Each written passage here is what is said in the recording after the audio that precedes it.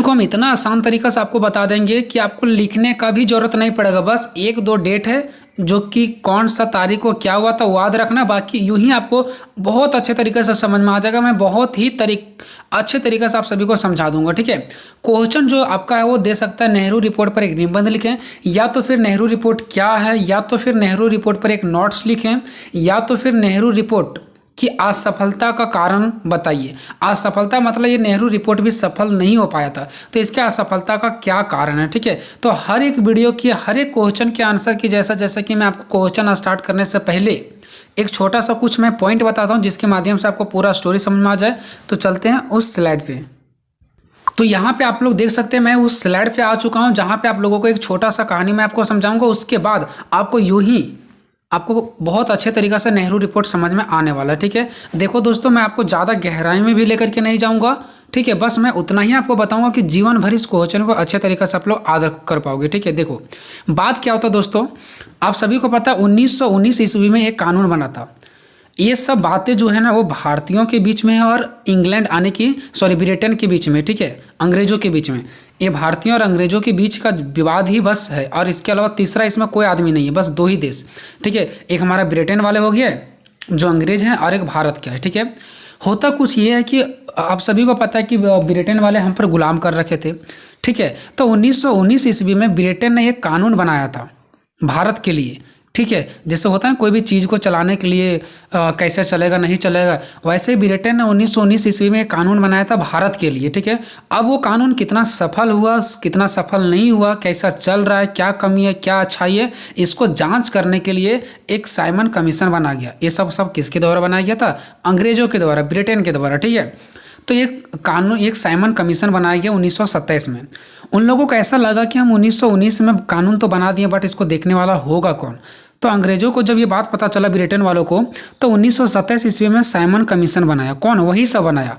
और Simon commission में कुछ लोग थे जो कि अंग्रेजी थे, यानी कि ब्रिटेन वाले ही थे, इसमें भारत के एक भी नहीं थे। ठीक है, यानी कि सब का सब क्या थे? ब्रिटेन वाले ही थे। और वही सब आकर के भारत में ये देखते थे कि कानून कैसा चल रहा है नहीं चल रहा है। ठीक है, तो 1919 में जो कानून बना था उसको देखभाल करने के लिए 1927 में एक साइमन कमीशन का एक गठन किया गया, समिति बनाया गया। ठीक है, जिसमें सबका सब ब्रिटेन वाले ही थे।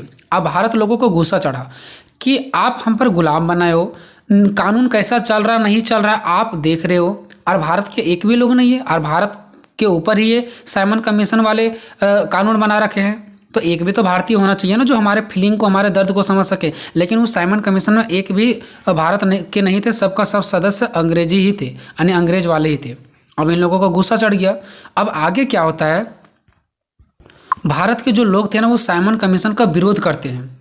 ठीक है, साइमन कमीशन का क्या करते हैं? विरोध करते हैं। नहीं चाहिए मुझे ऐसा कोई कमीशन, साइमन कमीशन का पूरा जोर शोर से विरोध करते हैं। ठीक है, कि हमें बस आज़ाद कर दो, ये साइमन कमीशन वगैरह आप लोग हटाओ और मुझे आज़ाद कर दो। ठीक है, तो उसी टाइम एक व्यक्ति थे लॉर्ड, जो कि भारत को चुनौती देते हैं। अब ये होता क्या, सो देखो, ये लॉर्ड कहाँ के व्यक्ति थे? ये जो लॉर्ड थे ना वो ब्रिटेन के ही व्यक्ति थे।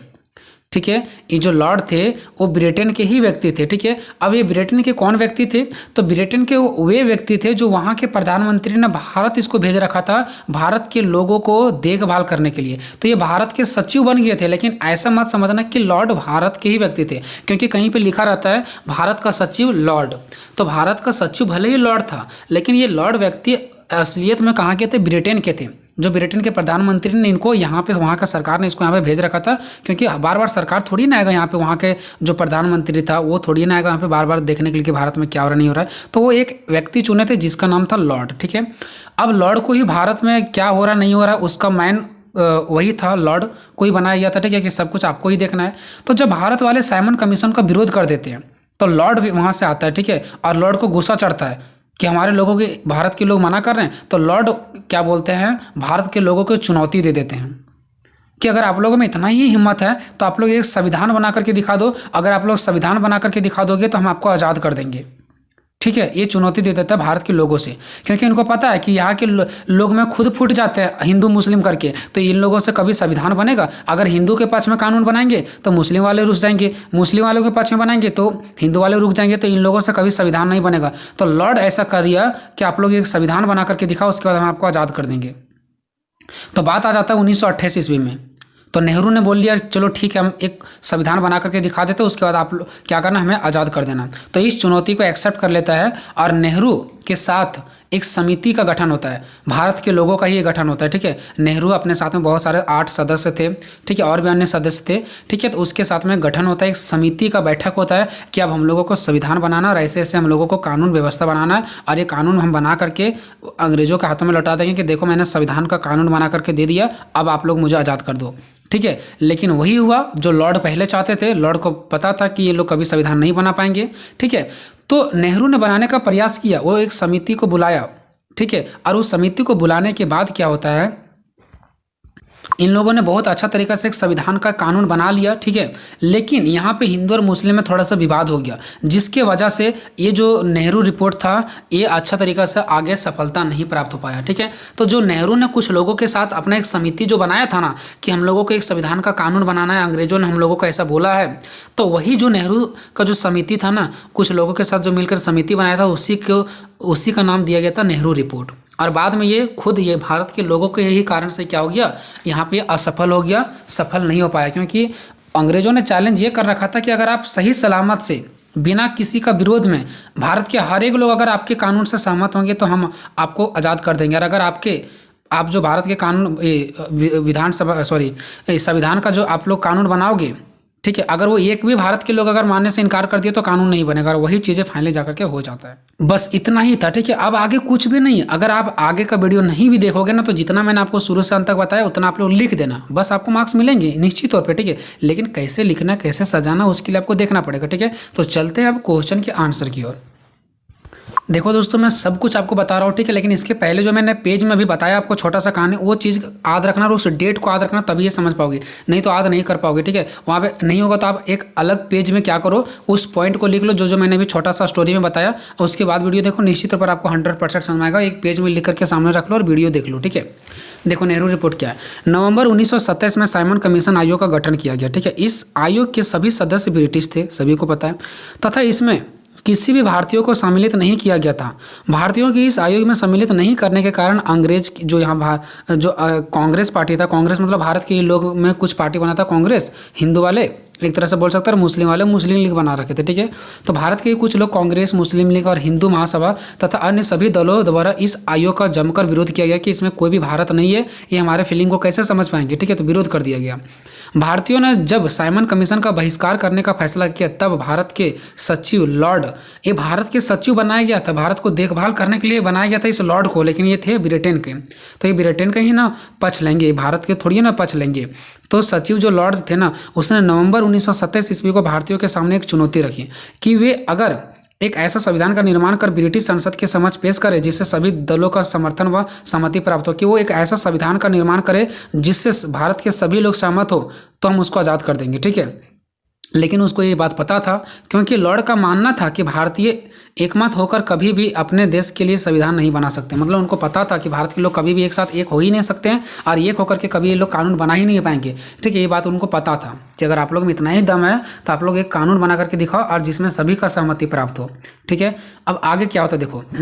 अब भारतीयों ने लॉर्ड की चुनौती को स्वीकार कर लिया। भारत के लोगों ने जो लॉर्ड द्वारा चुनौती दिया गया था, उस चुनौती को स्वीकार कर लिया जाता है, और वह एक संविधान निर्माण करने का फैसला कर लेता है कि हर हाल में हम लोग संविधान निर्माण कर लेंगे तो कर लेंगे। फिर बात हो जाता है 11 मई 1928 को पंडित मोतीलाल की नेहरू की अध्यक्षता में, जवाहरलाल नेहरू ही, ठीक है, की अध्यक्षता में भारतीय संविधान के प्रारूप को तैयार करने के लिए 8 सदस्य समिति की गठन होता है। मतलब जो पंडित जवाहरलाल नेहरू थे, उसके साथ में 8 सदस्य मिल करके एक समिति का गठन होता है कि हम लोगों को संविधान का निर्माण करना है। ठीक है, और वो जो समिति का गठन हुआ था उसी को नेहरू रिपोर्ट के नाम से जाना जाता है। ठीक है, तो इस समिति ने अगस्त 1928 में, देखो 11 मई 1928 यानी कि मई 1928 में उन लोग समिति बना रहे थे। पंडित जवाहरलाल नेहरू ये सब क्या कर रहे थे, बैठ करके बात कर रहे थे मई में। फिर मई के बाद जून, जुलाई, अगस्त, 3 महीना में फिर उसके बाद क्या होता है, अगस्त आ जाता है। तो अगस्त में उन लोग संविधान का पूरा रूप से तैयार कर लिया जाता है, और इसी को नेहरू रिपोर्ट के नाम से जाना जाता है। ठीक है, जो इनको मिला था कि संविधान निर्माण करके आप लोग दिखा दो। ठीक है, तो संविधान निर्माण करने का प्रक्रिया अगस्त में हुआ, और इसको चैलेंज मिला था उधर नवंबर में ही। ठीक है, फिर मई में इन लोग बैठक करते हैं, फिर अगस्त में इन लोग क्या कर लेते हैं, उस चैलेंज को करके दिखा देते हैं। ठीक है, अब आगे देखो क्या होता है। नेहरू रिपोर्ट की सिफारिश, आखिर जो सभी लोग मिल करके वहाँ पे एक रिपोर्ट तैयार किया था, जिसको बोल सकते हैं कि जो संविधान निर्माण करने की प्रक्रिया किया था, उसमें क्या क्या बातें रखा गया था। आखिर वहाँ पे पंडित जवाहरलाल नेहरू ये सब जो मिल करके बनाया गया था समिति, तो उसमें कुछ तो बताया गया होगा। संविधान निर्माण का मतलब क्या, कुछ तो वहाँ पे सिफारिश रखा गया होगा ना। तो ये भारत के लोगों के द्वारा क्या क्या सिफारिश रखा गया, तो पहला सिफारिश ये रखा गया कि नेहरू रिपोर्ट के अंतर्गत भारत को डोमिनियन स्टेट का दर्जा देने की बात कही गई। डोमिनियन स्टेट का मतलब होता है दोस्तों औपनिवेशिक स्वराज, मतलब अब हमें वो स्वराज चाहिए, हमें अपना देश चाहिए, ठीक है। उस डोमिनियन का मतलब था उस पर अब मेरा अधिकार होगा, हमें खुद अपना जो हमारा देश हो हमें चाहिए, ठीक है।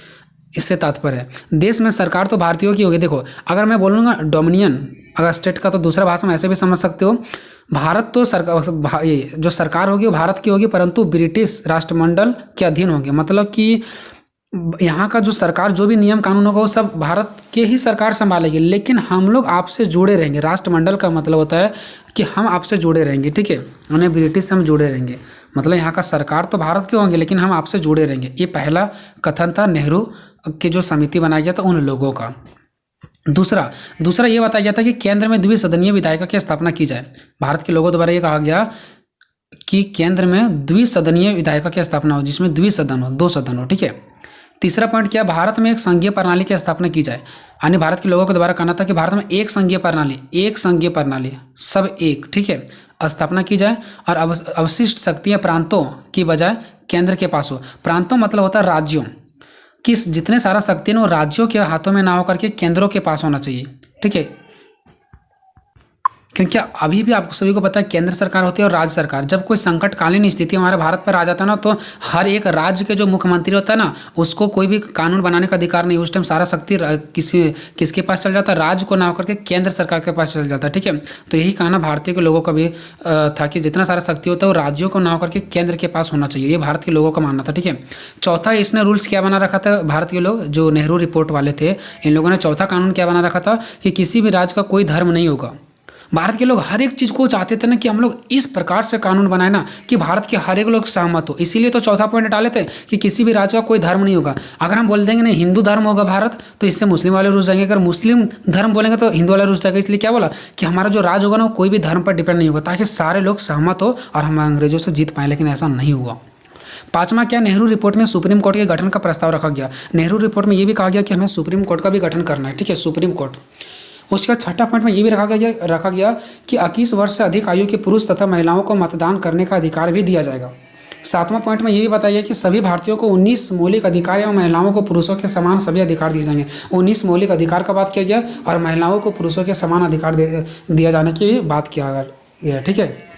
उसके बाद नेक्स्ट देखते हैं आठवां, ठीक है, प्रांतों मतलब होता है राज्य, ठीक है। राज्यों में अल्पसंख्याओं के लिए सीट आरक्षण का प्रावधान किया गया। जैसा अभी भी आप लोग देख सकते हैं, जिन भी कोई वर्ग का जाति का क्या होता है जनसंख्या कम होता है उसे आरक्षण दिया जाता है। वैसे ही कहा गया कि राज्यों में अल्पसंख्यक जो राज्य में कम जनसंख्या वाले होंगे ना, उसको भी कुछ सीटें आरक्षण का प्रावधान दिया जाएगा, ताकि वो लोग अलग ना हो जाए। ये नहीं कहे कि मेरा जनसंख्या कम है तो बाद में सब हम लोग को दबोचेंगे, तो ताकि हर एक चाहते थे ना कि हमें सहमति प्राप्त हो। तो देखो अल्पसंख्याओं के लिए भी यहाँ पे नीति बनाई गई, ठीक है, कि उनको भी अलग से आरक्षण दिया जाएगा। 9 नंबर में क्या बनाया गया, प्रांतों का विभाजन, यानी कि जो राज्य है राज्यों का विभाजन या गठन भाषा के आधार पर किया जाएगा, ना कि किसी वर्ग या समुदाय के आधार पर। मान लो कि झारखंड का ही बंटवारा हुआ, तो ऐसा नहीं कि झारखंड में जितने सारे वर्ग अलग अलग प्रकार के वर्ग हैं तो झारखंड को भी अलग अलग भागों में बांट देंगे, नहीं, भाषा के आधार पर होगा, ठीक है। कहीं अगर भोजपुरी भाषा बोलते हैं तो भोजपुरी के आधार पर आप लोग राज्य का निर्माण कर सकते हैं, लेकिन जाति धर्म के नाम पर आप लोग राज्य का निर्माण नहीं कर सकते, ठीक है। एंड लास्ट पॉइंट 10 नंबर बताइए कि देश की मुख्य भाषा भारतीय, हिंदी, संस्कृत या अन्य भारतीय भाषा होगी। हालांकि अंग्रेजी भी भाषा का प्रयोग किया जा सकता है। इसके अलावा कोई और दूसरा भाषा हमारा नहीं हो सकता है, ठीक है। अतः जो 10 पॉइंट हम लोगों ने पढ़ा, नेहरू रिपोर्ट के अंतर्गत भारतीयों द्वारा ब्रिटिश सरकार के समक्ष उपरोक्त सभी प्रस्ताव रखे गए। जो अभी तक हम लोगों ने 10 पॉइंट पढ़ा, ये 10 पॉइंट भारत के लोगों ने बोल दिया कि चलो हमने निर्माण कर दिया। जो आप लोगों ने बोला था, चैलेंज दिया था कि आप लोग संविधान निर्माण करके दिखाओ, संविधान हम लोगों ने निर्माण कर दिया। उसमें से ये सब कानून है और ये अंग्रेजों के प्रति सौंप दिया गया, ठीक है। अब जब सौंप दिया गया तो आगे क्या होता देखो, अब इतना तो कानून बन गया, ठीक है, इतना भारत के लोगों ने कानून बना लिया, ठीक है। नेहरू रिपोर्ट में इतना कानून आ गया। अब पारी है किसको देने का, अब पारी है ब्रिटिशों को देने का, जो चैलेंज कर रखा था, ठीक है, उनको देने का। तो अब क्या होता है, उसी टाइम देने से पहले भारत के लोगों ही अटंगा डालना स्टार्ट कर देते हैं। ठीक है। तो देखो क्या होता है, लॉर्ड ने अपनी चुनौती में संविधान का ऐसा मसौदा तैयार करने को कहा था जो सभी वर्ग, समुदाय तथा राजनीतिक संगठनों द्वारा स्वीकृत हो। तो भारत के लोगों ने स्वीकृत कर लिया था और फाइनली जाकर के नेहरू रिपोर्ट के अधिकतर प्रस्ताव या सुझाव के लगभग सभी राजनीतिक दल सहमत थे। ठीक है, परंतु कुछ प्रस्तावों की वजह से कुछ राजनीतिक संगठन नेहरू रिपोर्ट से असंतुष्ट हो गए। फिर बात वही आ गया ना, मतलब नेहरू रिपोर्ट से सब कुछ संतुष्ट था, लेकिन लास्ट में जाते जाते कुछ लोग असंतुष्ट भी हो गए। वो कौन कौन थे? पहले तो मुस्लिम लीग वाले प्रतिक्रिया। ठीक है, मुस्लिम लीग वाले ने क्या प्रतिक्रिया वो देखो। मुस्लिम लीग ने भी अटंगा डालने का प्रयास किया और थोड़ा थोड़ा कांग्रेस वाले भी। देखो क्या हुआ, मुस्लिम लीग नेहरू रिपोर्ट के कुछ प्रस्ताव से सहमत थी, परंतु उन्हें कुछ प्रस्ताव से आपत्ति भी थी। अंत में जिन्ना की मांग, जिन्ना जो मुस्लिम लीग के अंदर ही आते थे, ठीक है, जिन्ना की मांगे पूरी नहीं होने पर मुस्लिम लीग ने नेहरू रिपोर्ट को खारिज कर दिया। मतलब ये जो जिन्ना थे मुस्लिम लीग का, उसने क्या किया, खारिज कर दिया किसको? नेहरू रिपोर्ट को, मतलब आगे बढ़ने नहीं दिया। फिर दूसरा जो कांग्रेस थी, भारत में जो कांग्रेस पार्टी भी था ना, उसने भी थोड़ा सा अटंगा डाला। क्या देखो, भारतीय राष्ट्रीय कांग्रेस का अधिकांश सदस्य नेहरू रिपोर्ट से सहमत थे, परंतु पंडित जवाहरलाल नेहरू, सुभाष चंद्र बोस जैसे नेताओं ने नेहरू रिपोर्ट पर आपत्ति जताई। अब ये मत समझना कि नेहरू रिपोर्ट है तो पंडित जवाहरलाल नेहरू ही ने क्यों ऐसा आपत्ति जताई। तो नेहरू रिपोर्ट इसका नाम रखा गया, लेकिन ऐसा नहीं था कि पंडित जवाहरलाल नेहरू ही सिर्फ उसमें थे, और भी लोग उसमें शामिल थे। लेकिन पंडित जवाहरलाल नेहरू और सुभाष चंद्र बोस ये सब चीज़ों से आपत्ति नहीं था, इनको हल्का सा एक छोटा सा पॉइंट से आपत्ति था। क्या था? सो देखो, नेहरू रिपोर्ट में भारत को डोमिनियन स्टेट का दर्जा देने की बात कही गई थी, लेकिन सुभाष चंद्र बोस और जवाहरलाल नेहरू ने इस फैसले से नाखुश थे। क्यों पता है? क्योंकि डोमिनियन का मतलब क्या बताया था कि भारत में सरकार भारत का होगा, लेकिन हम लोग क्या करेंगे, आप लोग ब्रिटेन से जुड़े रहेंगे। लेकिन इन लोगों का कहना था नहीं, हम लोग कुछ भी जुड़े नहीं रहेंगे, हम लोग हमें अपना स्वराज चाहिए, हमें अपना देश चाहिए। और ये सब जो पंडित जवाहरलाल नेहरू है, सुभाष चंद्र बोस, ये बस अपना देश का स्वराज मांग रहे थे कि हम कोई भी संबंध अंग्रेजों से नहीं रखेंगे, बस हमें अपना चाहिए।